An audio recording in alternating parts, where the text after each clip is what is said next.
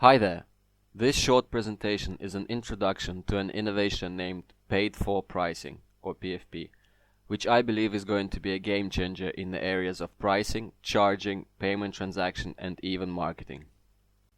PfP is a business method that strongly appeals to payers through the ingenious use of financial and psychological concepts. The invention concerns the way the price is set, represented, and the transaction of the corresponding payments. Therefore, it can be applied to all areas of business that involve payments. To really appreciate how PfP works, let us contrast the ways in which a business operates prior and post employing PfP. Let us imagine a business Z, which, for the sake of simplicity, sells only one good or a service and charges $100 for it. Content price, then, is defined as the amount that payee is content on receiving for a good or a service. In our example, CP is $100. From the perspectives of the payers, they can clearly forecast a cost of $100 should they decide to purchase the unit. The process of paying does not add anything to the purchasing experience. In other words, assessing prices and paying is expected, boring, and linear. This is where PfP comes in.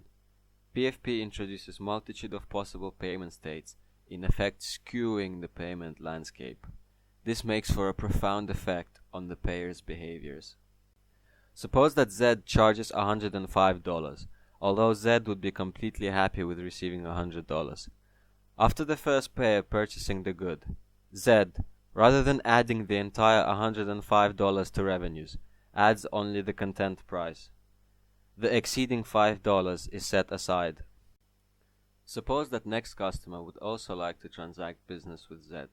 This time, however, Z can afford to charge the payer with only $95, due to the fact that Z already has $5 set aside from the previous purchase.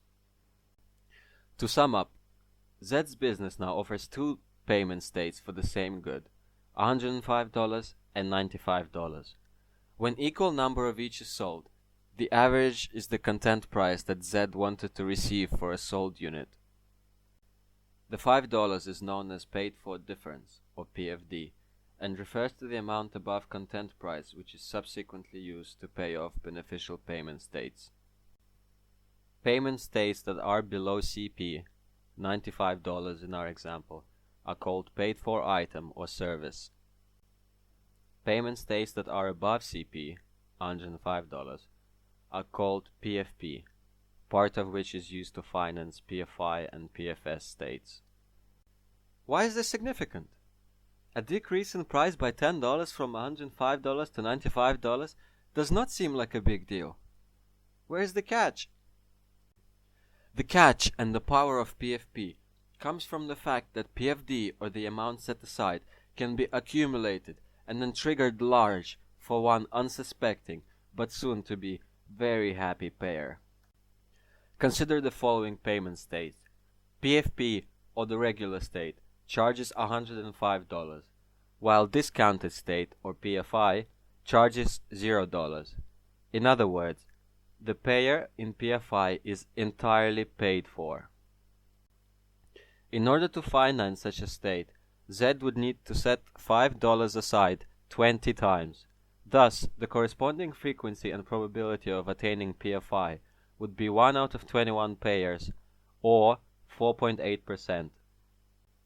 In the latter example, transacting with Z would give payers a concrete possibility of being paid for, or paying absolutely nothing in order to attain a good or a service worth $105. Another way of looking at the situation is that 20 payers all slightly contribute to the payment of the payer who triggered PFI. This is very appealing to payers for a large number of reasons. A significant one being that payers are not very sensitive to small increases in price, however, are very sensitive to the possibility of significant gains. The game-changing feature of PfP is the creation of possibility and attainment of surprising significant gains at virtually no measurable cost, all the while purchasing the intended good or a service. If Z dealt business with 1 million pairs, 48,000 pairs would have paid nothing and must have felt pretty euphoric about it.